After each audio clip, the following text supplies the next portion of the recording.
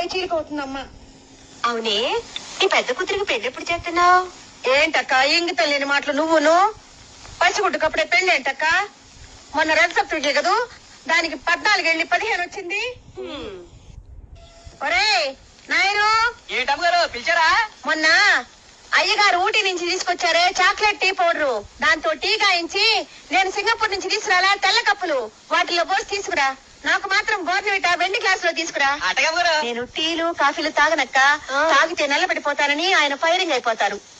ఈ డెకరేషన్లకి వీటికి ఇప్పటికి 25 లక్షలు అయిందక్క. అన్నట్టు మీ అమ్మాయికి ఎంత కట్నం ఇస్తున్నారు? 1,00,000 రూపాయలు సొమ్ము, 20 సవర్ల బంగారం ఇస్తున్నాం అమ్మాయి. అబ్బా, నీ మట్టుకు నువ్వే అంత కట్నం ఇస్తే కలిగిన వాళ్ళు రేపు మా అమ్మాయిలకి ఎంత పెట్టాలి? 50 లక్షలకు పై చీలిక అవుతుందమ్మా. అవునే, నీ పెద్ద కూతురికి పెళ్లి ఎప్పుడు చేస్తున్నావు? ఏంటక్క ఇంగితం లేని మాటలు నువ్వును?